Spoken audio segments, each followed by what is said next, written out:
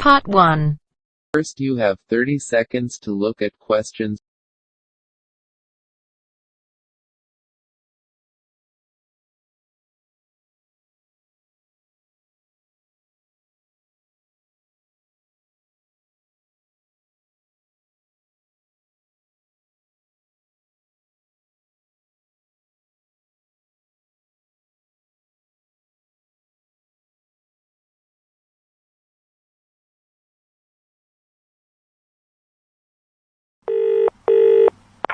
Hello, the Museum of London Life. How can I help? Oh, hi. I was wondering if you could send me some information. I've been looking on your website and can't seem to find what I need to know. Certainly, sir. Can I take your name, first of all? Yes, it's James Graham. Okay. So that's Graham, correct? No, it's Graeme. Okay, great. Got there in the end. So, how can I help? Well, it says that I can print off some vouchers for reduced entry, but I haven't got a printer. Could you send me some through the post? Sure. What's your address? 16 Mount Hill Road. That's MOUNT, Hill Road, London, E15 2TP. Okay. Can I take a contact number for you for our records? Yes, it's 770364. Sorry, I mean 770464. Okay, great. I'll get some vouchers sent out to you. Thanks. Before you hear the rest of the talk, you have some time to look at question.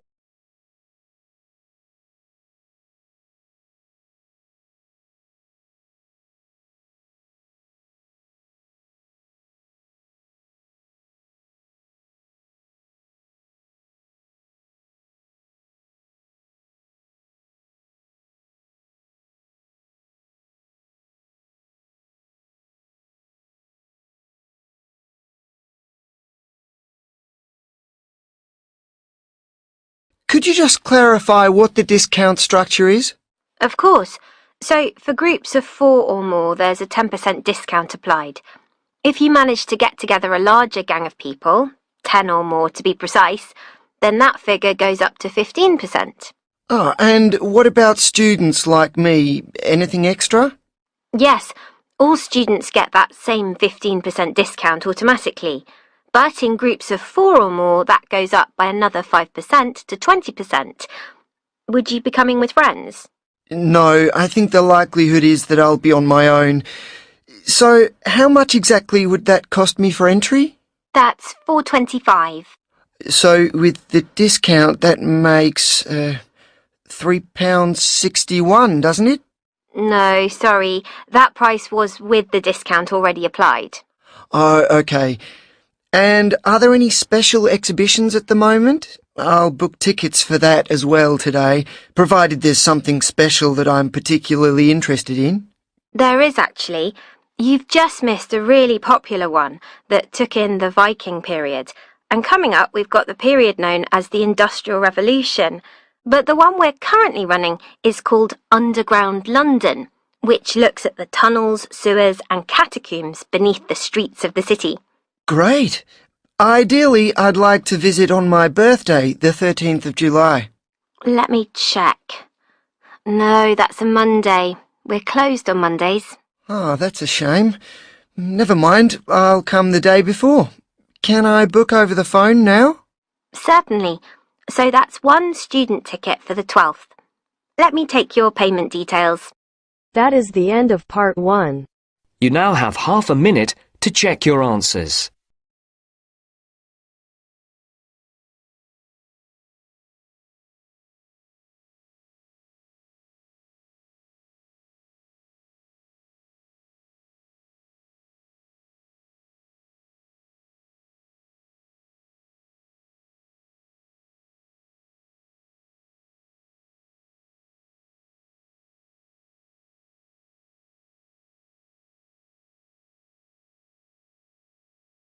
Now turns to part 2. Part 2. You will hear an extract from a talk about the congestion charging scheme.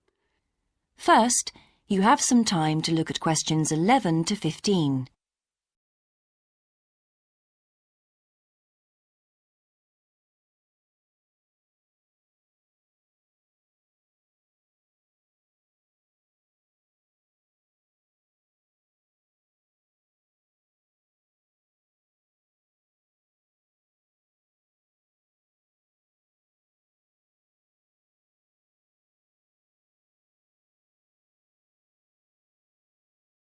For practical details, I'll pass you over to John Ward from the London Tourist Agency. Thanks. So that was a brief introduction to the congestion charging scheme. But if you're actually going to be driving your car in London on weekdays, there are a few more details you will need to know. Firstly, you don't need to worry about paying all the time. The charge applies between 7 in the morning and 6:30 in the evening, Monday to Friday. You'll be pleased to hear, however, that because the scheme is intended to reduce traffic during busy working hours, evenings and weekends are free. If you enter the zone during the charging times, you'll be eligible to pay the standard charge of £8, which you can pay until 10 o'clock on that day. After 10 o'clock, this charge rises to £10. But be warned, if you fail to pay before midnight, you will have to pay an automatic penalty charge. In other words, there's no escape. Let's move on to paying. The charge, as I've said, is £8 a day, and the authorities have set up a number of systems to make it easy for you to pay, or rather to ensure that nobody has a good excuse for not paying. So, using your credit card, you can pay by phone, by text message, or on the internet. The other option is to go to one of the 200 pay points inside the zone, or the 9,500 pay points elsewhere in the country. If you know you're going to be driving in and out of London on a regular basis, you can buy weekly, monthly or annual passes, rather like a railway season ticket. Before you hear the rest of the talk, you have some time to look at questions 16 to 20.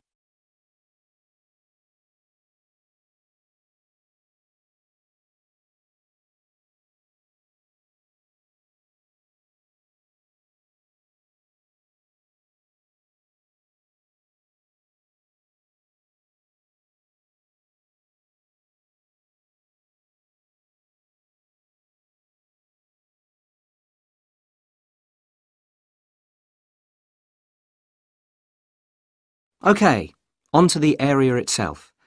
The congestion charging zone is everywhere inside London's inner ring road. For those of you not familiar with London's road system, this includes the City of London, that's the main financial district, and the West End, the commercial and entertainment centre. If you're still not sure, there are very clear signs on all roads which indicate when you are entering the area. These are round and have a white letter C on a red background. The scheme is policed by cameras which photograph all cars entering the area and send them to a computer which can recognise all British and European car registration plates. If you pay the £8 charge, you'll find London a little easier to drive round than it was before the charge was introduced. But if it's all too much trouble and you decide to leave your car at home, then you are left with public transport. That's trains, buses, taxis or the underground.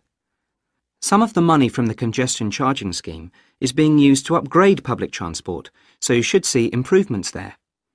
And because of reductions in the number of private vehicles on London's roads brought about by congestion charging, buses and taxis are providing a quicker, more efficient service than they did in the past. OK, I've covered the main details that you need to know.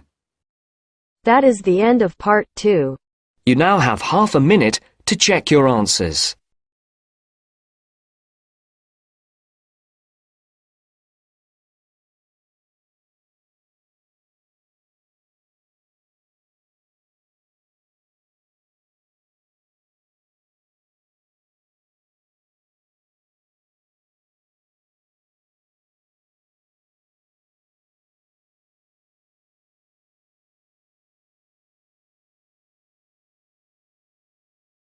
Now turns to part 3. Part 3. You will hear a conversation about plans for a university sports centre. First, you have some time to look at questions 21 to 26.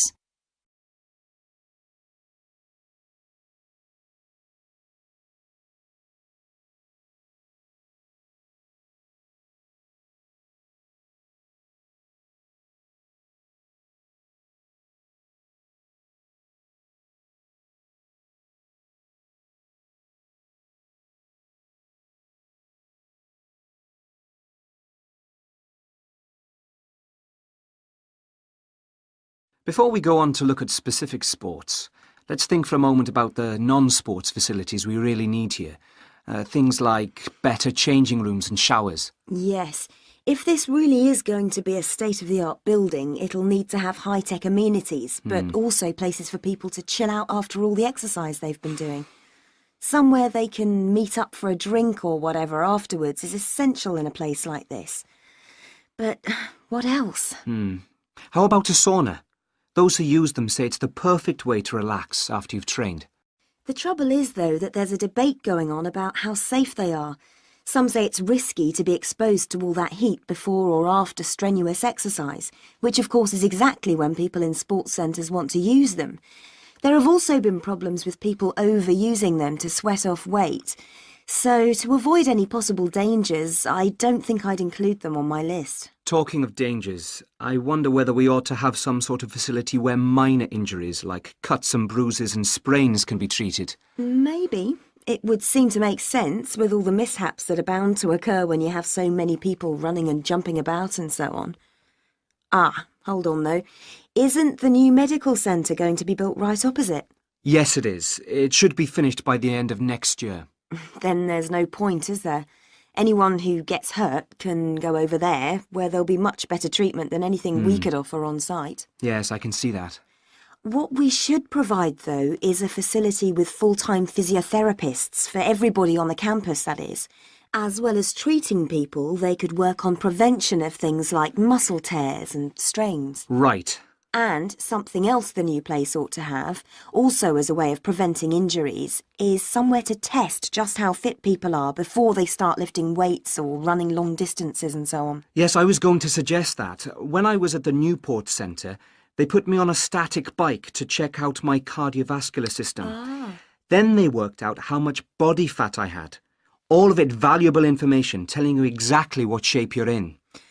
Another thing I've heard some universities do, especially some of the newer ones, is provide rooms and equipment for lectures to take place actually inside their sports centres. How do you feel about that? Well, as it happens, I've got first-hand experience of that too. We used to have some of our sports science lectures right next to the main sports hall, and I think it made what we were hearing about seem much more relevant to the real world. So, in that respect, I definitely think it's a good idea, yes. I can see that, though my own feeling is that we need to have more concrete reasons. The problem is that we won't have unlimited space, and somehow I don't think providing more lecture halls is going to be one of our priorities. So, I'd be against that one, I'm afraid. Anything else? Well, just that I agree about the need to have a place where people can go for a chat and maybe have a coffee or a bite to eat together. That was something I always thought was one of the strong points of the centre in London. It was a great place to find out about new activities from the people who actually did them. Before you hear the rest of the discussion, you have some time to look at questions 27 to 30.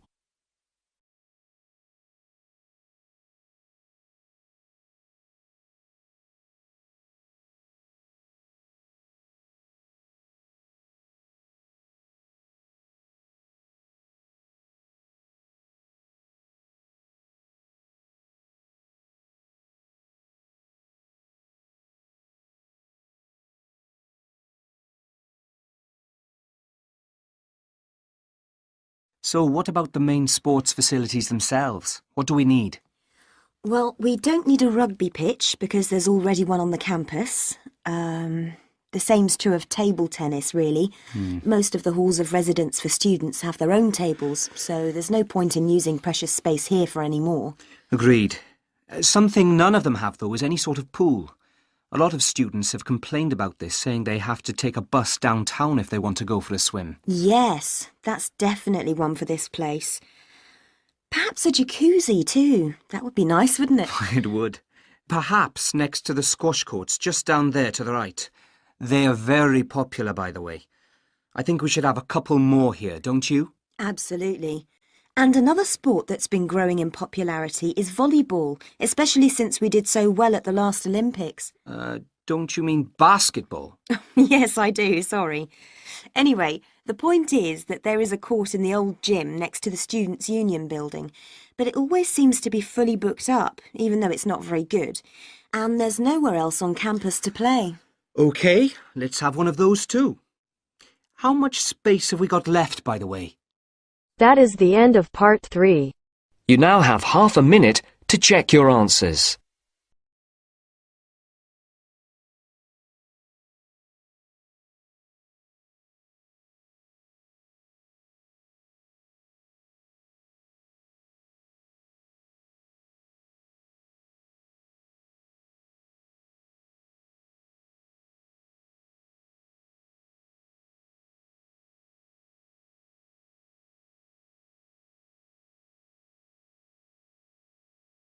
Now turns to part 4. Part 4. You will hear part of a lecture on child language acquisition. First, you have some time to look at questions 31 to 40.